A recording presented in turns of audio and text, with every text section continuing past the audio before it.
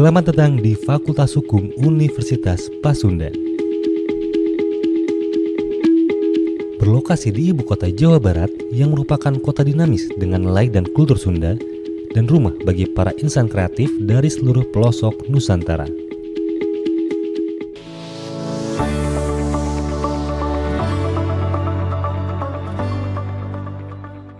Assalamualaikum warahmatullahi wabarakatuh. Salam sejahtera bagi kita semua. Perkenalkan, nama saya Dr. Mursal Senjaya, SHMH. Saya selaku dosen tetap Yayasan Pendidikan Tinggi Pasundan yang ditugaskan di Fakultas Hukum Universitas Pasundan Bandung, program studi ilmu hukum. Saya mengabdikan diri sebagai dosen di Fakultas Hukum Universitas Pasundan sejak tahun 2013.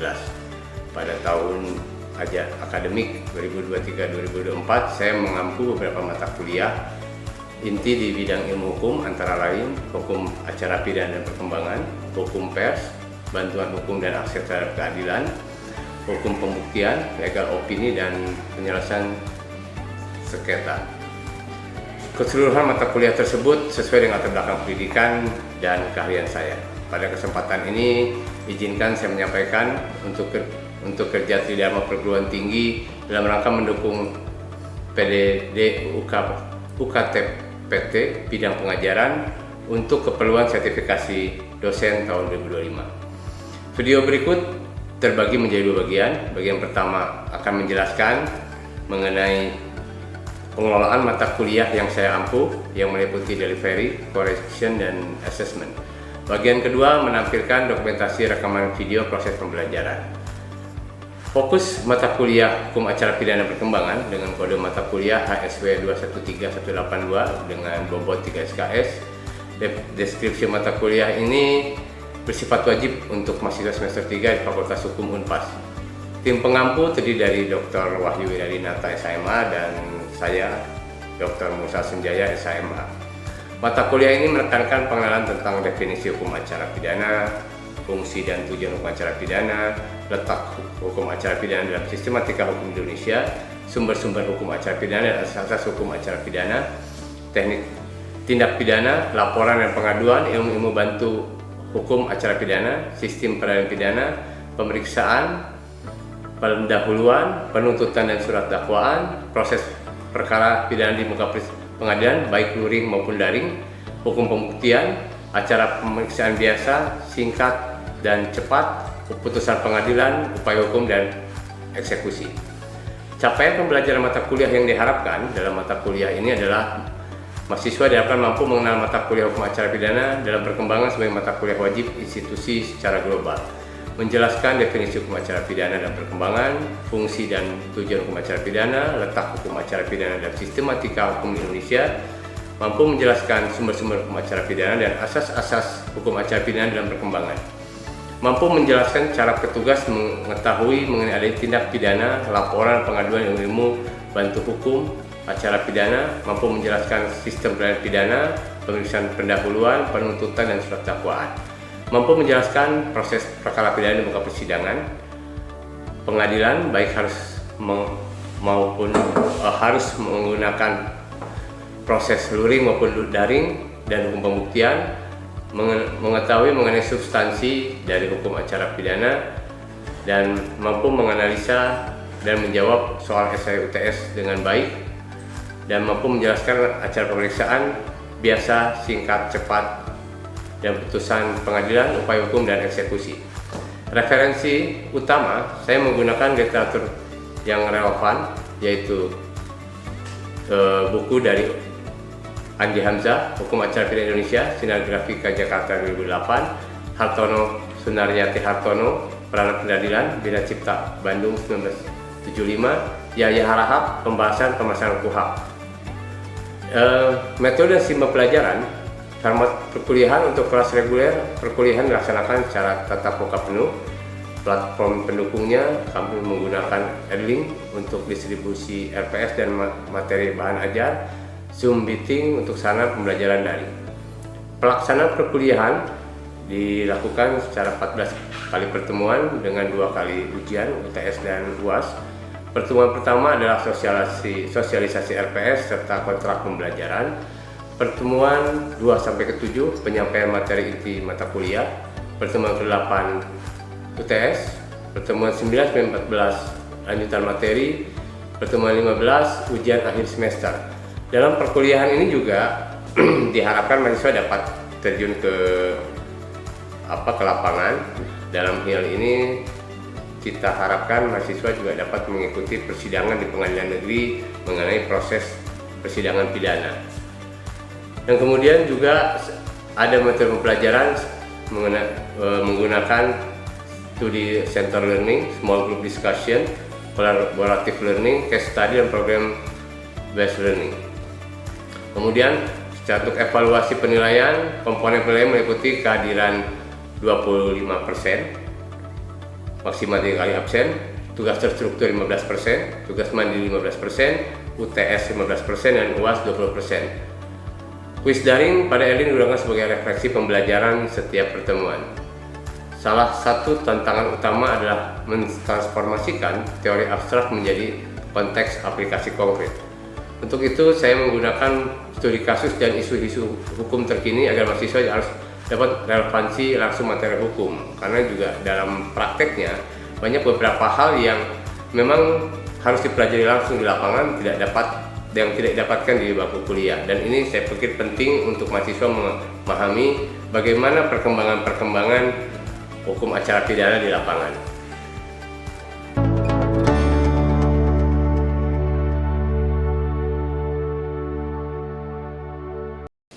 Ya, assalamualaikum warahmatullahi wabarakatuh. Waalaikumsalam. Selamat siang. Ini jam yang melelahkan. Jam 2 ini kan saya minta kita bisa konsentrasi. Nah, untuk perkuliahan hari ini kita akan masuk ke proses persidangan. Sesuai dengan perkuliahan yang kemarin itu sudah kita bahas mengenai beberapa asas dalam pengadilan, dalam hukum acara pidana ini. Salah satunya adalah asas mengenai presumption of innocence. Apa itu? Praduga tidak bersalah. Apa yang dimaksud dengan praduga tidak bersalah? Praduga tidak bersalah adalah proses yang menyatakan seseorang itu belum dinyatakan bersalah selama dia belum ditentukan oleh hakim. Nah, ada yang tidak hadir hari ini? Hadir? Oh, masih ada luar. Nanti biar supaya nanti menyusul. Nah, presumption of innocence adalah proses yang menyatakan, asas yang menyatakan bahwa seseorang tidak boleh dinyatakan bersalah sebelum ada satu putusan yang menyatakan dia bersalah. Jadi dalam proses persidangan ini, seseorang itu masih mempunyai hak untuk dinyatakan dia tidak bersalah. Itu kan? Pertama akan kita masuk ke proses pembacaan surat dakwaan. Apa ini surat dakwaan? Surat dakwaan ini yang menyatakan bahwa seseorang itu dinyatakan didakwa oleh jaksa dan menyatakan bahwa dia melakukan satu tindak pidana. Hal ini yang kemudian juga dinyatakan oleh seseorang itu diduga dia melakukan tindak pidana. Karena kalau dalam proses penyidikan itu kan baru dianggap dia melakukan tindak pidana, belum ada kekuatan yang belum ada pernyataan bahwa dia memang membuat tindak pidana itu. Dan kemudian setelah pembacaan surat dakwaan ada yang namanya kemudian hak dari terdakwa. Terdakwa ini punya hak untuk membantah pembuatan surat dakwaan. Dia disebut sebagai eksepsi dan apa yang maksud eksepsi? Eksepsi adalah sanggahan. Bahwa eksepsi itu menyatakan bahwa jaksa tidak benar membuat dakwaannya. Jadi belum menyatakan bahwa seseorang itu bersalah atau tidak. Bahwa saya tidak melakukan tindak pidana gitu ya. Tapi menyatakan jaksa nggak benar nih buat. Waalaikumsalam. Silakan. Bahwa jaksa tidak benar membuat dakwaannya. Pasal berapa syarat surat dakwaan? 143 2A dan B. Syarat A-nya syarat ada 2 syarat tuh kan? 143 ayat 2A dan 143 2 ayat B. Yang A-nya apa? Syarat formal. Yang keduanya, yang B-nya syarat material. Apa yang dimaksud dengan syarat formal? Identitas. Benar. Syarat formal ini diperlukan untuk menyatakan bahwa orang itu benar. Dia yang melakukan tindak pidana itu, yang didakwa itu dia. Misalnya contohnya Asep, banyak nama Asep ya? Banyak kan? Nanti Asep yang mana yang melakukan itu? Ya gitu. Jangan-jangan Asepnya nanti Asep misalnya Asep Rohman misalnya. Ada berapa banyak Asep Rohman? Mungkin banyak. Atau Asep Maman. Banyak Asep. Nah Asep Maman yang mana? Makanya nyatakanlah dia harus ada binnya. Bin Ujang misalnya ya. Mungkin banyak juga yang sama. Bapaknya namanya Ujang. Anaknya bapaknya namanya Asep. Tapi kemudian ditengkapi lagi dengan tanggal lahir. Mungkin tanggal lahirnya sama. Tapi tempat lahirnya berbeda. Kan gitu ya. Itu juga untuk menyatakan sampai akhirnya umur, tempat lahir, kemudian kebangsaan, agamanya. Mungkin Asep itu sama semua, tapi agamanya beda mungkin kan gitu ya. Itu yang menyatakan benar orang itu yang melakukan tindak pidana itu. Patut diduga dia melakukan tindak pidana dan dia wajar untuk didakwa. Itu yang melalui, dan itulah yang kemudian dieksepsi oleh si terdakwa.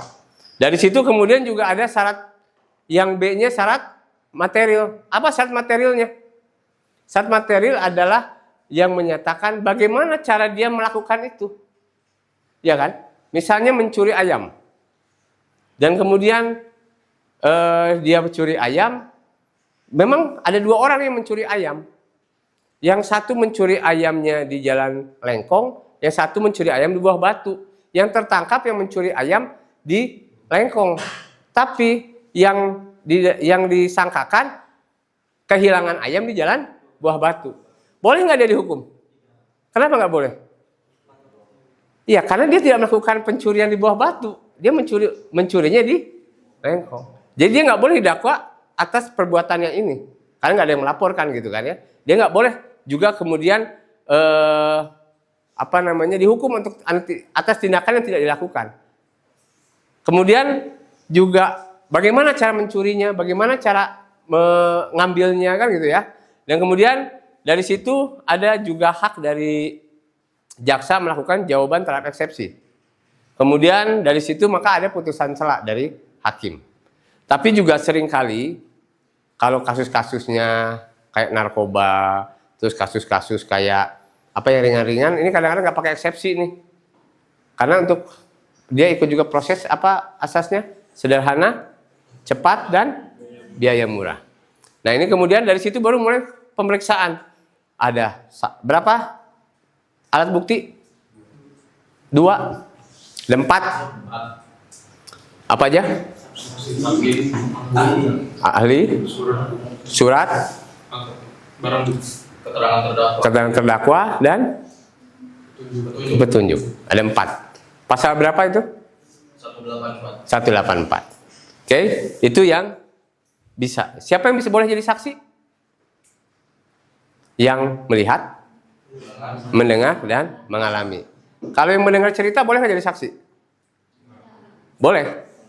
Tapi bobotnya dia tidak menjadi saksi ini. Dia hanya testimonium auditu. Hanya mendengar dari pihak lain. Kemudian setelah itu beres, dilakukan pembacaan surat tuntutan dan kemudian pledoi. Pembacaan surat tuntutan ini baru dinyatakan bahwa dari proses-proses ini, benar orang itu yang melakukan tindak pidana itu. Dia benar yang mencurinya, dia benar yang mengambilnya. Maka kemudian jaksa punya keyakinan dia harus dituntut atas tindakannya. Berapa lama dituntutnya misalnya? Apakah dihukum? Apakah dibebaskan?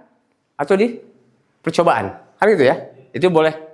Itu tergantung dari jaksanya. Tapi memang hari ini jarang sekali yang dituntut bebas. Ya kan? Dan kemudian dari situ maka masuk pledoi dari si terdakwa. Pledoi ini apa? Pembelaan. Apa maksud pembelaan? Dia membela diri bahwa dia tidak bersalah, dia tidak melakukan, dia bersalah, dia melakukan, atau dia minta keringanan. Situ ya. Kemudian ada replik, duplik. Replik ini juga membantah mengenai pledoi dan duplik juga membantah tentang replik. Dari itu baru putusan. Nah, dari hasil putusan inilah baru kemudian dinyatakan apakah seorang ini bersalah atau tidak, seorang ini melakukan tindak pidana atau tidak. Ini yang kemudian akan hakim periksa. Karena kan hukum pidana ini, hukum acara pidana ini apa yang dicarinya? Kebenaran apa? Kebenaran material. Apa maksud material? Itu tadi, tindakannya betul nggak itu dilakukan? Kayak misalnya membunuh nih. Ada seorang terbunuh, lukanya di dada 2 cm. Ya, dada sebelah kiri. Kemudian ditangkaplah seorang pelaku. Tapi ternyata ditangkap dia pakai golok. Dan kemudian dia kidal. Gitu ya. Dia kidal. Mungkin nggak itu terjadi? Kalau kidal, dia pasti ke kanan. Ya kan? Terus kemudian 2 cm, kira-kira pakai alatnya apa? Pisau. Mungkin nggak golok hasilnya seperti itu? Nah, itulah yang kemudian kebenaran material itu benar nggak itu dilakuin? Benar nggak itu terjadi? Kalau misalnya tidak terjadi, ya berarti salah dong. Jangan orang ini dong yang dihukum. Kan gitu. Kalau misalnya orang ini benar melakukan dengan alat bukti seperti itu yang kemudian bisa dihukum. Nah ini proses persidangan secara awalnya. Ada pertanyaan yang akan ditanyakan? Ya. Izin bertanya Pak. Kan ini kan mengenai materi yang nomor 1 itu kan pembacaan surat dakwaan. Ya. Dimana kan di surat dakwaan itu kan ada berbagai macam gitu. Nah, saya sebut saja di antara duanya ini ada surat dakwaan tunggal dan surat dakwaan alternatif. Nah, apa yang membedakan surat dakwaan tunggal dan alternatif? Seperti itu Pak. Iya, oke. Terima kasih. Ini memang surat dakwaan ini ada beberapa macam bentuknya. Ada tunggal, ada alternatif, ada subsidiaritas, ada lebih subsidiaritas. Nah, yang akan ditanyakan tunggal dan alternatif. Dakwaan tunggal itu adalah dakwaan yang menyatakan hanya satu tindak pidana yang dilakukan. Misalnya seseorang hanya melakukan pencurian saja, maka dia akan didakwa dengan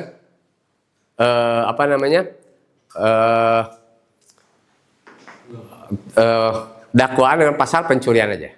Kemudian yang kedua, dakwaan alternatif. Dakwaan alternatif ini menyatakan bahwa ada 2 tindak pidana yang dilakukan, tapi jaksa bingung tindak pidana mana yang tepat untuk dikenakan. Karena kan kalau tindak pidana dakwaan alternatif ini dia akan menyatakan bahasa dakwaan pertama atau dakwaan kedua. Biasanya ini ini 2 pasal yang sangat kembar itu adalah mengenai penipuan penggelapan. Ini kan ada, kalau cara unsurnya ada bicara mengenai unsur bujuk rayu, tipu daya gitu kan, martabat palsu, ini kan sama semuanya. Ya ini makanya jaksa akan mendakwa dengan 2 pasal penggelapan atau pasal penipuan. Ini yang tindak pidana yang berbeda dilakukannya. Itu yang kemudian menjadi jaksa akan membuat dakwaan seperti itu. Itu mungkin ada pertanyaan lagi? Cukup? Oke, kalau cukup demikian perkuliahan hari ini. Terima kasih. Nanti kita bahas selanjutnya minggu depan adalah pertemuan, kita akan bahas mengenai upaya hukum setelah putusan. Ada apa saja upaya hukum itu? Banding, kasasi, PK, dan PK demi hukum. Itu ya, ini yang akan kita bahas minggu depan. Demikian perkuliahan hari ini. Terima kasih. Dan sehat selalu, semangat selalu, mudah-mudahan suksesan bersama kita ya. Assalamualaikum warahmatullahi wabarakatuh. Demikian penyampaian saya terkait unjuk kerja tidak perguruan tinggi dalam rangka mendukung PDD UKTPT bidang pengajaran untuk keperluan sertifikasi dosen tahun 2025 mata kuliah hukum acara pidana dan perkembangan sekaligus refleksi atas praktek pengajaran saya.